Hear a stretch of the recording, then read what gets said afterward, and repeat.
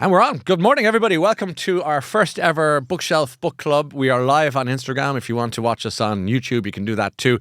More importantly, comments-wise, keep them coming in as we're getting busy and getting going this Saturday morning. Hope you're all well.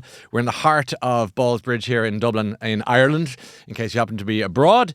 And at 2:15, Ireland will take on France in what will be a very exciting game of rugby, which we hope to win. But that's so already, as I was driving in here today, I saw a lot of tricolour hats on the French fans as they were making the way to the ground, which is exceptionally early. It's going to be a long day for everybody, but let's keep going. It's 11 o'clock, and as promised, we are here with our Instagram Live.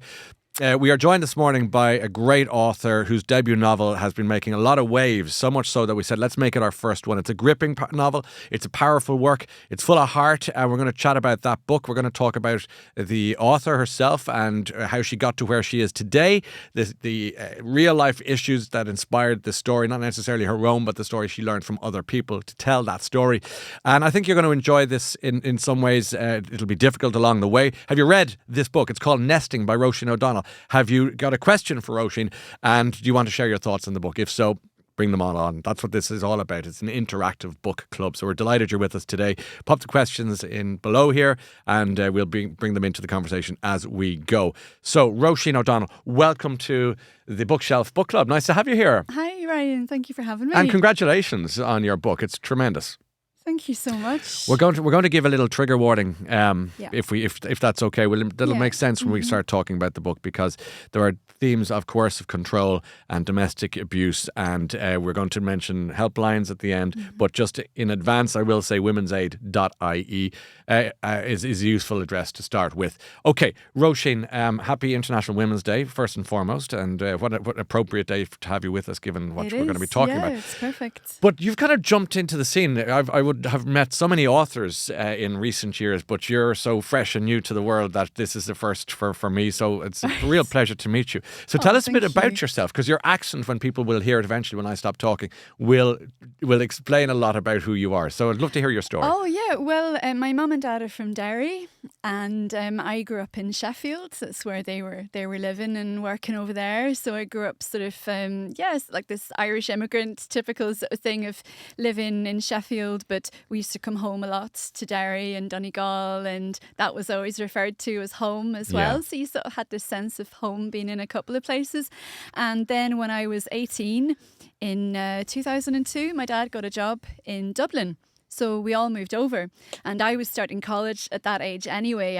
I went to start at Trinity, so it was funny. It was like I moved over to go to Trinity, and my whole family came with me.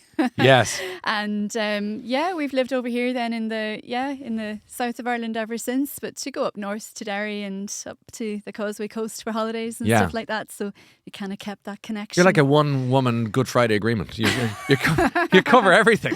Yeah. North, south, east, west. It's all there. Yeah. So you're living in Ireland now, and your story writing, obviously we'll get to Nesting in a second, but in terms of reading when you were little, what were you reading? Were you encouraged to read at home, or what was happening? Definitely, yeah. No, my parents always encouraged me, especially my mum, Valerie. She's a great reader. She always has been, and she had me enrolled in the local library when I think I was only a matter of weeks old, honestly. She, honestly, a baby, and it's like she wanted a library card, and just we always had books then in the house, growing up. Always encouraged to read. And a really lucky, I suppose, coincidence that when I was at primary school, I had a teacher whose sister-in-law was actually a children's author. So she's called Burley Doherty. Yes, so you maybe know, like Children of Winter would be like a famous one. And she came in a couple of times to visit the class and read to us. And I think I was about 7 years old at the time. And I think it just really made an impact on me that I realised, okay, like authors are real people, Yeah. And the fact that she was writing, a lot of her books are set in Sheffield and in the Peak District around there where I was growing up. And it was that feeling of, okay, like your ordinary everyday settings can be the stuff of great stories, you know? And so that really made an impression. Isn't that interesting that the power of a school visit? Definitely. An author or something, and you're sitting there going, that could be me at such a young age. It's amazing that that's travelled with you right to today. I think so, yeah, because I just think when you're growing up, you know, that it's the idea of authors and writing and everything can be sort of so far removed from everyday life and just seems so unreachable, you know. Yes. So I think it definitely, it just makes you think about things in a different way. For sure. And Sheffield. Yeah. How do you describe Sheffield to somebody who's never been there? Oh, wow. Well, it's the city of 7 hills, isn't it? Right. They say that Sheffield is like Rome because it's built on 7 hills, but I think that's where the comparison stops. I have never heard Sheffield and Rome in the same sentence.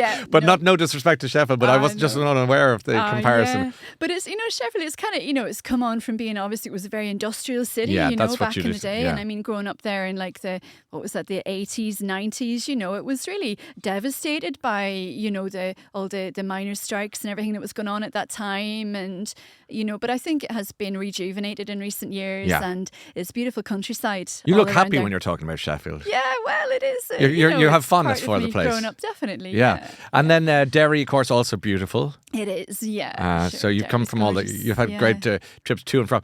So you came back to Ireland then at, did you say 18? You studied a little bit. And who were you reading? Who did you like to read as a younger person? Well, I remember discovering writers like Toni Morrison and Alice Walker, you know, for the first time and just being blown away by what they could do, the narrative voice. I remember reading The Colour Purple when I was really young, I think like 16 or something, and just the impact that had on me. You know, it's really hard hitting, but very, I suppose, hopeful as well. And being really moved by that. And then when I was at Trinity, I suppose, you know, discovering more maybe Irish writers that I wouldn't have come across so much, you know. I remember reading like Enda O'Brien, you know, at college and reading The Country Girls. Yes. And like it's just as fresh and as relevant now, you know, as it was when it was written, I I'm think, due to go to see that documentary about her next week in London. Yes, I believe I'd it's love to very see that. good. No, I haven't seen it Sinead yet. O'Shea has produced this and I believe it's excellent. My daughter went to see it. The Blue Road, isn't That's the one. Yes, So I'll go and see that with great interest. But these are the writers you're talking about that brought that world to you. Isn't it amazing how important it is, though, the books on the shelf at home when you're 16, 15, 14? Yeah. I mean, it says about a little bit about your folks versus mine. We had the Thornbirds and Lace. So I don't know what to say. No, look where we are today. You've written this wonderful book and I'm here talking nonsense. But you kind of discover your own reading taste, I think, as you get older as well, you know. Yeah. Like I did the degree in English, so it was 4 years of like really intense reading. You know, you might have maybe 3 or 4 novels a week to read and to get through and to have to write all the essays. And it was like very prescriptive, you know, you weren't choosing your own reading. It was what you had to read. And, you know, I'm glad that I did it. I think it gave me a really, really good background. But it was a real novelty when I finished the course to be able to actually read what you want to read. My own, you know, what I wanted to read for the first time in what seemed like a long time. Liberating. Very liberating, Your story, and by the way, thank you for all the comments. They're coming in. We're loving them. They're coming in. Helen Barrett, Love Nesting, such a powerful read. We'll get to that in a sec. Dara Jones, best book I've read recently in 2 days. I got this every time I posted this on Instagram. People kept saying I read it in 1 sitting, 2 sitting. We're going to come to the book in a second. People seem to get through it quite quickly. Precisely, and that is a great reflection on a great book, no doubt about it. Let's talk a bit about starting to write seriously, because you were encouraged by, I think teachers were very important in your life, as they are so often for people. Yeah, no, they were. I mean, I was writing from when I was very young. I said to you about the author coming in to visit, and I think it just sort of clicked with me like, oh, I love stories. Maybe I could have a go at doing that too. And I was always writing little, you know, stories and poems and things like that. And our teachers were so encouraging, even though, here's a fun fact for you, I couldn't actually spell very well until I was going to mention that, Roisín. On page 226, the word happy is spelled hate. No, I'm joking. Could you not? Well, I just spelled everything phonetically, you know? So, like, you could sort of decipher it, but it was definitely not like standard spelling. But I think I was just so lucky that, I mean, my handwriting was definitely a bit dodgy too, but I had teachers who sort of saw past that. Wow. You know, that when I came in, it's like, oh, look, I've got this little story. They didn't instantly say, well, you know, get out the red pen. It was more sort of like, oh, isn't that brilliant? Aren't you great for doing that? And so important. I think that is important, you know? I mean, the spelling sort of clicked eventually. On the day that's in at the rugby, Brian O'Driscoll was sitting where you are now on a regular bookshelf show, and he talked about how important a teacher was in his life. In his case, the teacher was being quite mean to him and said, go into the teacher next door, happened to be his auntie. and show her your terrible homework. And he went in all humiliated, and she said, go back into the teacher and tell him that I told you that the effort you made was incredible. Something along those lines. Okay, and yeah. saved his blushes and, turned it all around. Yeah, and it's so important. yeah. The teachers are so critical to putting you on the right road. And Oh, as you said, definitely, what yeah. you said there to me was so striking. The red pen didn't come out. It was the green pen, if you like, just like to focusing say, on the positive. go for it. Yeah. So you started writing some shorts. We're going to get into the book now in a moment, nesting with you, Roisín. But you were writing short stories. I think this is where this story was born in many ways. But you were involved in competitions and so forth. Tell us a little bit about that. Yeah, well, I'd been writing most of my life since I was, very young and all through my teenage years and in my 20s, trying to write. And I always thought, like, if you want to be a serious writer, you have to write a novel, So, like, in my 20s and that, I was always trying to write a big novel. And I don't know. Great work. It just, it never really came together and I didn't have the confidence to show anyone. And, time goes on. And I think these big, like, milestone birthdays have a way of kind of spurring us into action. And that's what happened with you. Well, I turned 30 and I was like, right, this is, I have to do something about this. I've wanted to write my whole life. So I actually went to the Irish Writers Centre and did an evening course with Dave Lorden, who's a fantastic poet and teacher and just fabulous. And he was just so encouraging and said, right, you have to start sending your stories out there, to get that, feedback on them and everything. So I started to send my stories to journals and competitions and luckily started to get a few accepted. Attraction, so it gave me like the motivation, I think, to keep going with it. Yeah. And on it went. Yeah. So tell us about the genesis then of nesting, because that started life as a short story nesting too. actually started as a short story. Yeah. And I had always wanted to write a novel, but I wasn't particularly planning on writing one at that stage in my life. I was working full time as a primary teacher and I have 2 little kids who were very young at that time. But out of the blue, this is in 2020, I got a phone call and I was asked to write a story for radio on the theme of independence. It was to celebrate the centenary of Irish independence. Yeah. So I could write anything I wanted on the theme of independence. And I just knew automatically what I wanted to write. It was the height of lockdown. We were always being told, stay home, stay safe. And I had just always had this thought in my head, well, like, what if home is the least safe space you could possibly be? Wow, that's pretty disturbing, profound thought. But I yes, know, and it did come up a lot during COVID. It came up People a who were lot. trapped in a house with Trapped somebody in awful. the house. Yeah. And I'd seen all these headlines about, the rise in the number of calls to Women's Aid. And then I suppose what I found very telling, and I think I'm always drawn to untold stories. And during lockdown, there was actually like a complete drop in the number of calls to Women's Aid. And then when lockdown was lifted, that call number just rocketed. And what does that tell you, about the people who were waiting for a safe moment to make that call and, the silenced voices. And so I wrote a story. I wrote a story about a woman called Ciara Fay, who you'll recognise. Yeah, from nesting. she would become the protagonist, yes. Yes, and she was living in the Hotel Eden. And it was just a day in her life. That's what the short story was. And it was read for radio by Siobhan McSweeney. Now we're back to Derry. Of Derry Girls fame. I know. Sister Michael. Derry keeps following me. Yeah. And she was brilliant. And I remember listening to her reading the story on the radio, just feeling like it wasn't finished. Had you expected closure from that story? Yeah, I think normally, I had at that stage published quite a few stories in magazines and things like that. And normally when the story is published or broadcast, like, that's it. But with this, I kept thinking about the characters. It was as if they were real people. I kept worrying about them, honestly. Yeah, that's lovely. You were so attached to them emotionally, intellectually. Thought, how is this woman, how is Ciara, how is she going to get out of this situation? Yes. Is she going to completely break away from this very toxic ex-husband? Is she going to find a house? Like, how is she going to do that? Okay, and I actually had to keep writing, to find out, because I didn't know. That is so intriguing. And that you released this character from your head and then you felt, I can't leave her there. Yeah. I need to, that's too weird, is it? No, I think that's what creativity is all about. I think it's very beautiful. Do you not?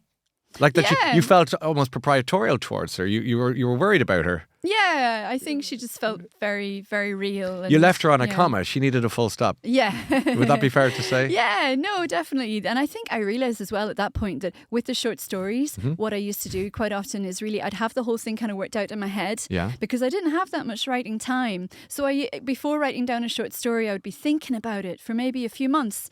And by the time I went to write it down, it would be nearly by writing by dictation because I had it all worked out. But with a novel, you can't do that.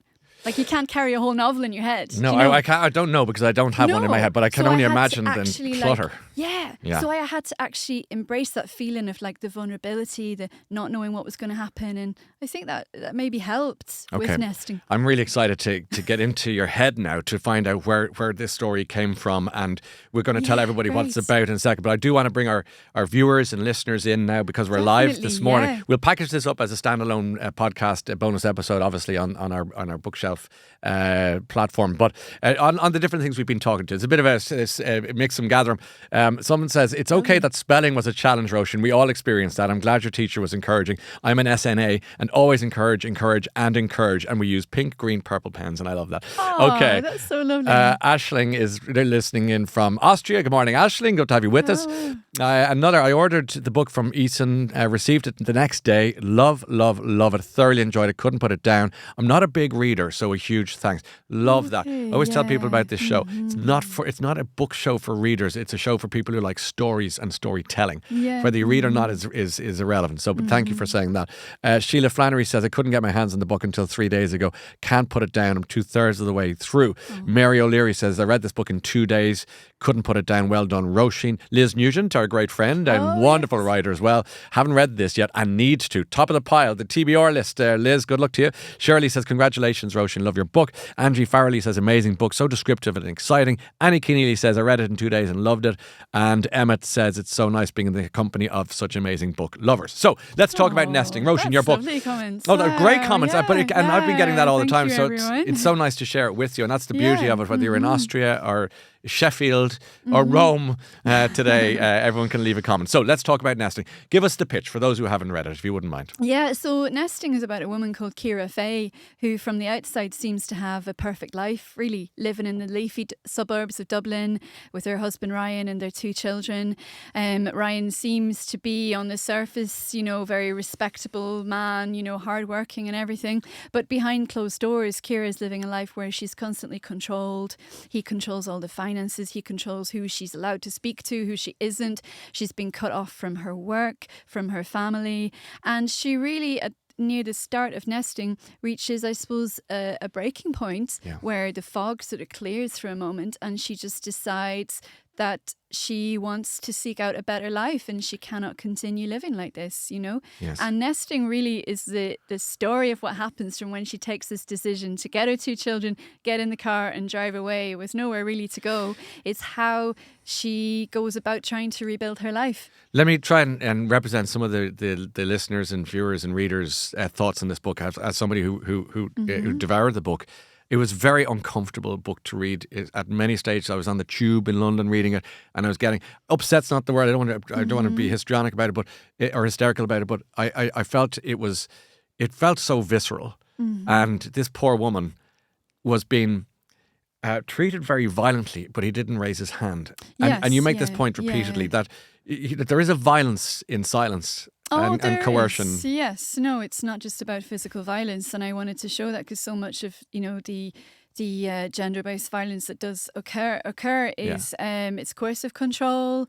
It's emotional and psychological abuse, and what Ryan really does to Ciara is he's constantly I suppose criticising and undermining her, and I suppose undermining her perception of reality as well.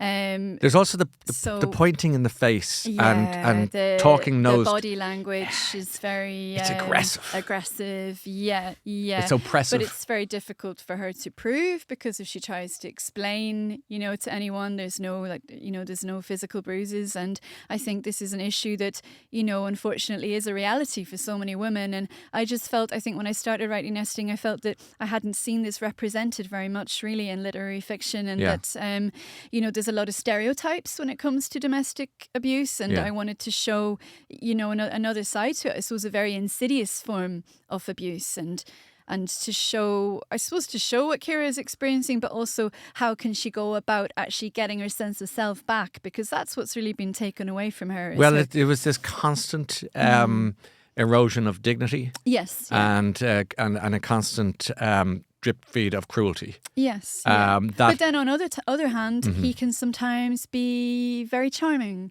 and sending her like love letters basically and telling her that she's the only woman in the world and all this. So it's this. I hated that, Roisin. I hated.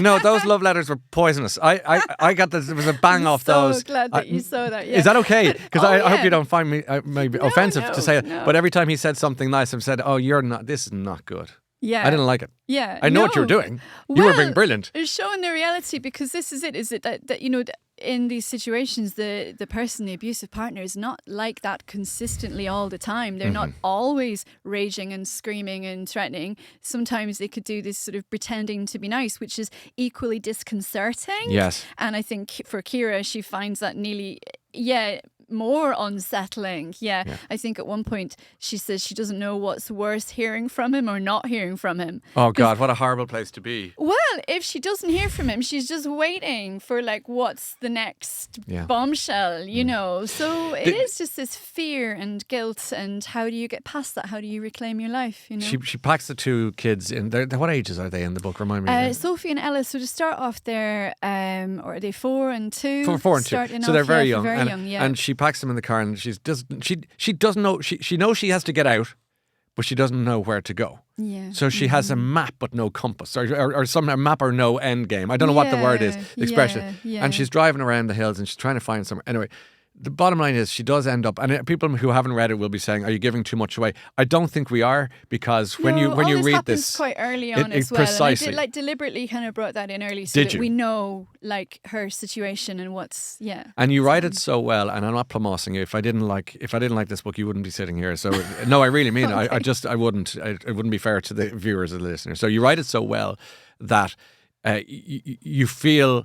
That even if we told you elements of the story, that's fine, but until you read it, you won't get it. So with this, I really want to talk about the hotel situation. She ends up in a hotel, and that's also very grim. I was also upset on the tube. Thank you for that, by the way.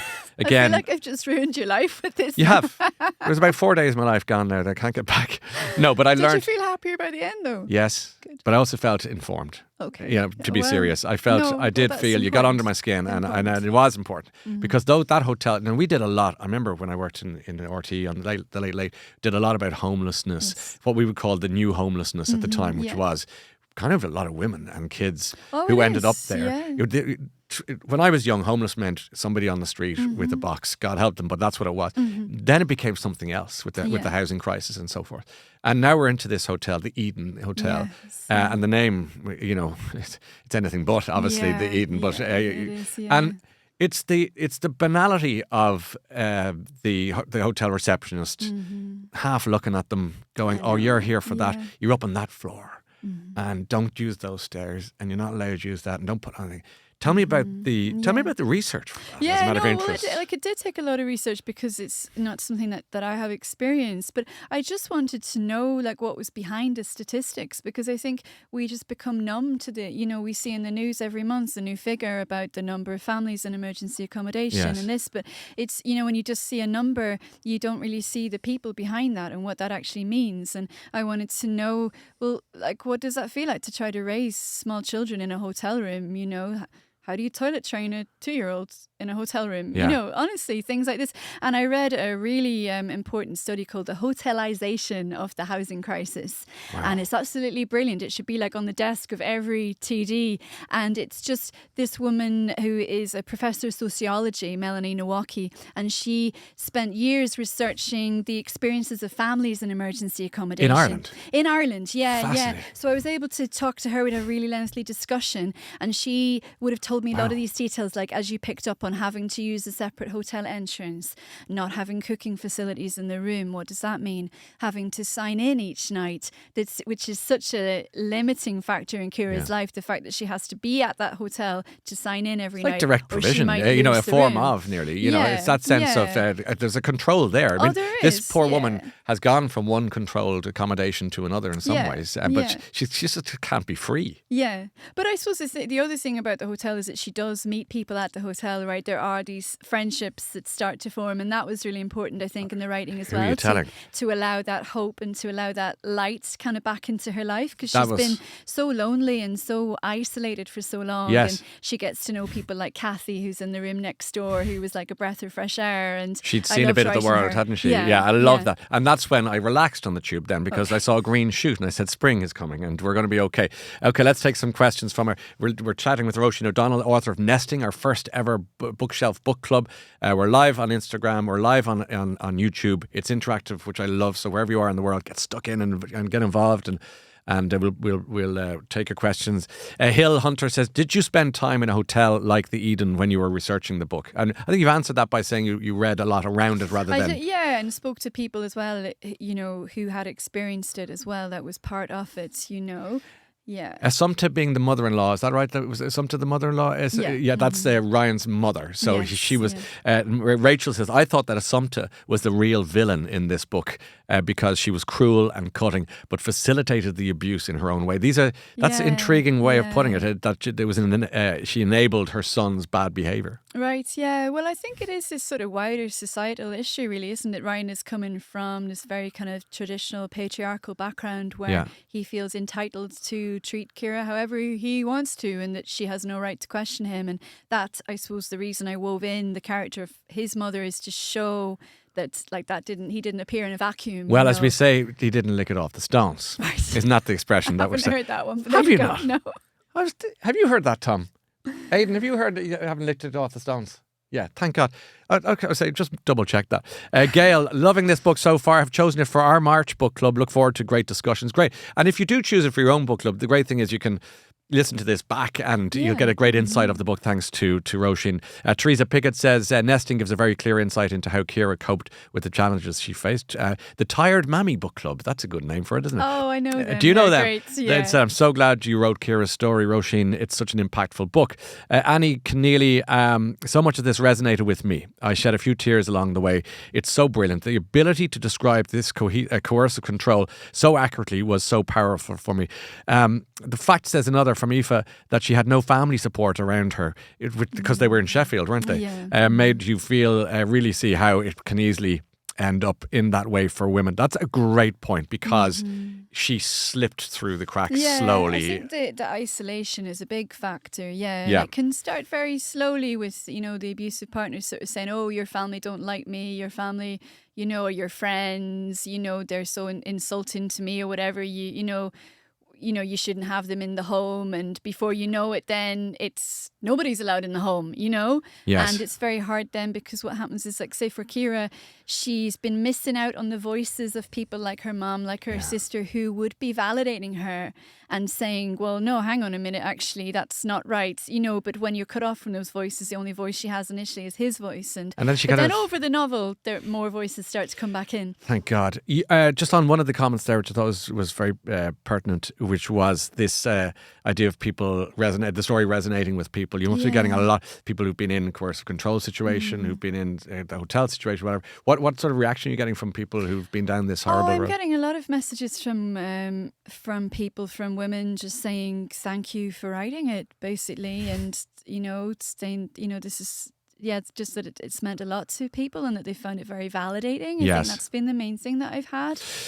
Ciara Nolan says, this is a great book. I enjoyed it. Any mother is only a rent, mortgage, landlord conversation away from this, unfortunately. That point where at the point when she was looking for accommodation, going through the whole daft.ie circuit, and a lot of people listening will know this from themselves or their kids, the queuing, the endless queuing outside, and then the HAP payment and the... all the red tape. That was pretty bleak. Makes it that bit more difficult, all right, Holloway Writer says, such an amazing book and an amazing author. A lot of love for you here, as you'd expect, Roisín, and rightly so. Niamh Fenton, I listened to the audiobook of Nesting. Loved the narration by Roisín O'Donnell. Louisa Harland. Oh, she thought it was you.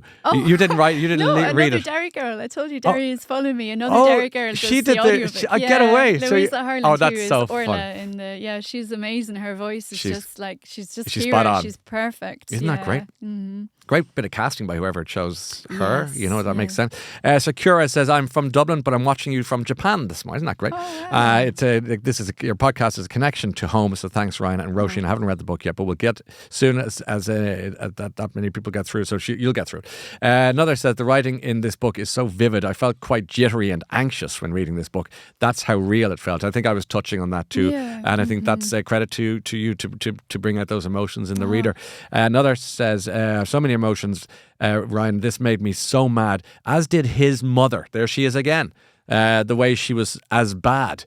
Of course, no one mentioning, well, he didn't really suppose figure, but his father. He does have a dad as well. Role. It's not just the mother. I suppose it's I think it's the whole culture like that he's grown up in. Yes, really. that seems to be the issue there. That is an issue. Yeah. So all told, it does get a little bit, as you say, a little bit better in some ways for her towards the end. Yeah. And we won't get into the full details of it. But broadly speaking, your debut novel.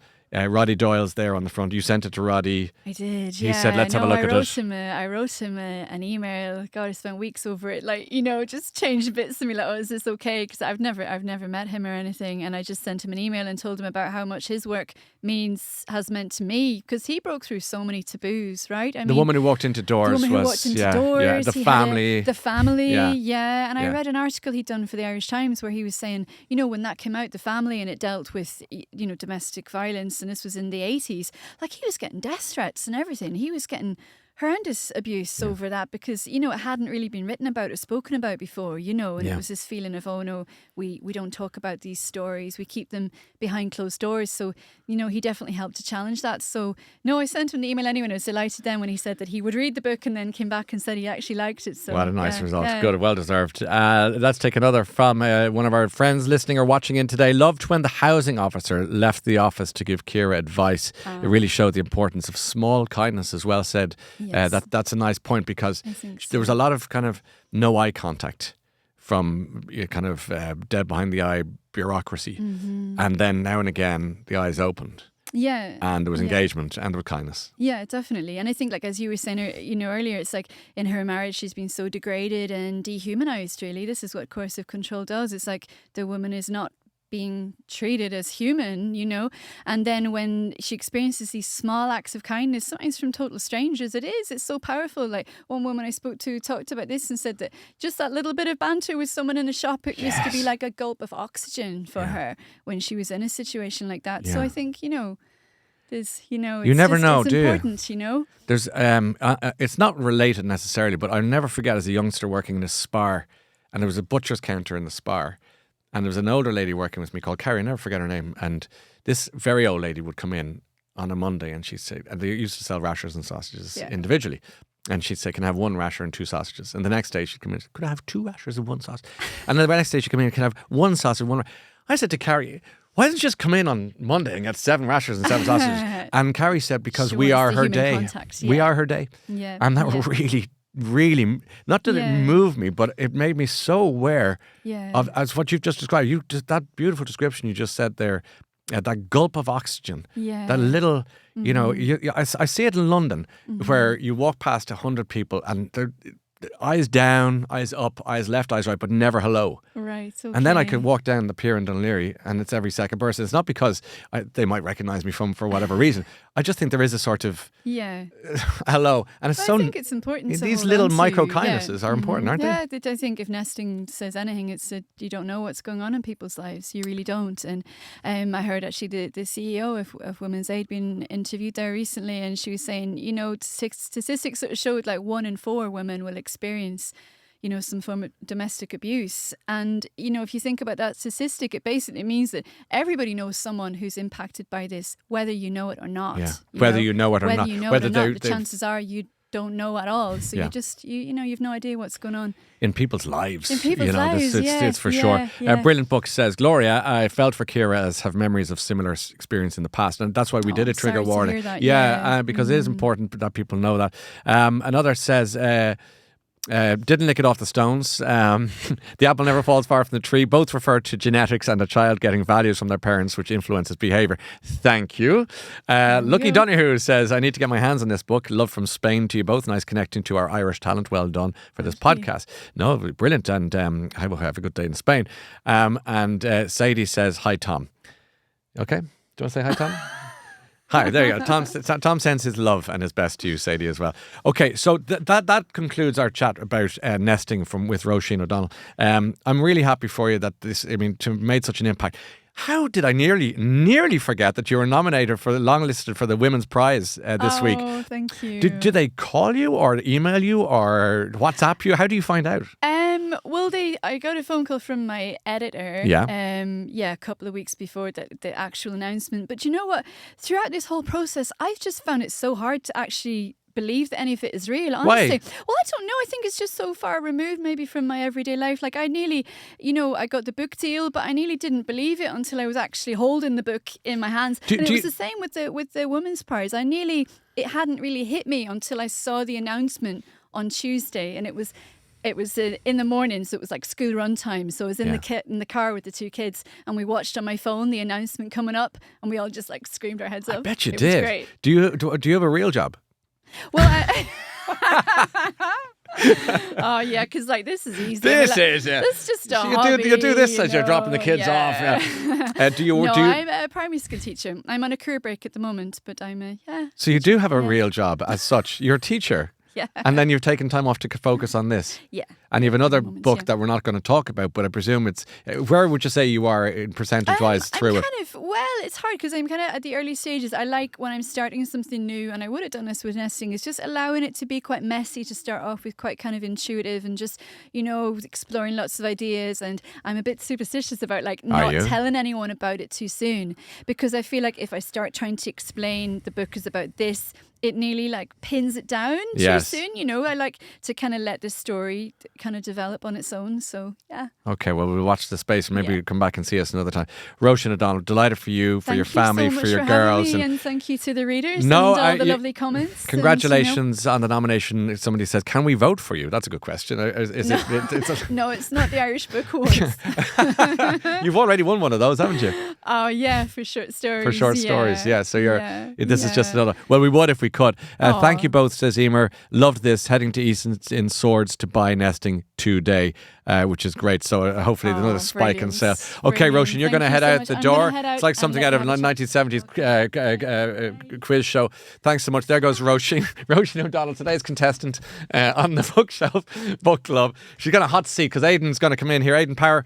Aidan, who looks after all the comings and goings. We'll say also respect to Olive Esler, our great researcher and friend. Olive, thank you. Good morning, and to Niamh Tyndall, who also helps pull all this together, and to Tom, who is obviously Sadie's best friend. I threw that one in. I like that. Yeah. Just a couple of quick comments. Tom, if you want to throw some in as well, do if they come in, or if you have any personal ones you want to say, just save yourself. I'll get more comments. Do. Happy International Women's Day, says a message as we started the interview with Roisín. Mary says, I can't wait for the next book already. This is great. Now, the good news is, so that's just a reminder, that's the book that we've been talking about. It's called Nesting. Very striking cover, isn't it? That shocking pink. And you're all about the covers too. Well, I am, Aidan, because in the Ryan Recommends that you'll see on one of our first, if not second, bookshelf, I go quite postal on the cover thing, because one of my favourite books so far this year has been a book that has the most awful cover and a terrible name, but beneath the cover is a great story. But I'm not going to say it today because I don't want to dilute the story, because that's what we're talking about today. So go and get. I hope people enjoyed that today. A good response on the messaging. Incredible response. I mean, you got to a lot of the comments, but there's plenty more coming in. Really enjoyed the interview. There's people watching all over the world. Really? Girl Power is so proud of you, sister, says Alice, because I know Roisin's still outside. She is. We sent her outside. Happy International Women's Day. Absolutely. Coming in from a lot of people as well. Micro kindness, so true, says Amy. And gulp of oxygen was another brilliant expression that people like. Yeah, that caught. By unaware. Somebody's saying who'll win the match today. And a lot of people want to know, am I going to the match today? The answer to that is no, I am not. Are you not? Even though it's just over there. It's there. Yeah. And they're all outside. And they're all outside. The fans, we mean. Vive la France. But No, I just think that, look, I'm not a sport Billy, but I do like the rugby a lot. So I think that we're going to do it today by a whisker. I think we got a bit of a fright from Wales the last time, and I think that was probably a good thing just to shake it up a bit. Yeah, well, as you were saying to me very rightly outside and very insightfully, that it's the power of the French pack. Yeah. It's the 7-1 split on the bench. What are you talking about? You know, the bomb squad, as they call it in South Africa. That's where the concern is. And that, you know, maybe there's been signs that we haven't been at our best throughout this tournament, and indeed back in November. So this could be a tough day in the office for Ireland. That's what he said. But that's what I said. Tom, I don't even know what the last 2 minutes meant. But my heart is saying Ireland, my head is saying see you later. Okay, so let's see what happens there. Now, because that was our first ever book club. And a lot of people got on board in a very short space of time, read the book, but there's so many people who are now going to read it. And because of today's interview as well. Well, yes. Now, I'm not going to tell them what the next book is today because we have to get our ducks in a row. But I have spoken to the author of the book this morning. I gave him a call. Tease. No, and he's just... you gave something away there. He? Well, he is, but he's one of the great Irish authors. Can just start guessing now? Guess now. Irish author. There we go. Okay, that's 2 clues. Well done, Mr. Marple. So that's great. And he said that he said that. What did he say? Okay, so he said, well, since you've been in London, I don't feel that a lot of us in the writing world don't feel that we've published our book properly until we've spoken to you, which I thought was really nice. So he said, when do you want me? And so we're going to make the arrangements happen. And in the next, will I just announce it maybe on my own Instagram without doing this? Or I'd like doing this for the crack. Well, you're going to be in London for the next couple of weeks. Yeah, we got Patrick's Day is going to be fully mad. Yeah. Patrick's Week over there particularly. Really? Because, they actually love more than a one-day event. Yeah, well, there's a shindig in the Irish embassy and in the Devonshire is big. We're doing our radio show from there. Tom, I don't have shares in that pub. I'm just telling you. I happen to be there on occasion.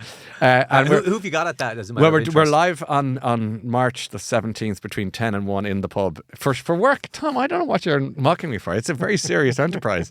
And so, my producer and friend Connor has been working on that show with Goodo to make it all happen. So we have Cian DeCrow live in the pub singing for us, and he just won a Grammy the other day. Yeah. And at 2:15, he's singing not one but 2 anthems across the way there in the Aviva. He's singing the French and the Irish anthem. Today? Yes. Okay. I know, on the pitch. Is he? Yeah, and then he's going to pack his bag and come to London and sing for us. And then we have a couple of Irish people who are doing very well in the UK are going to join us on that show. So it's representing.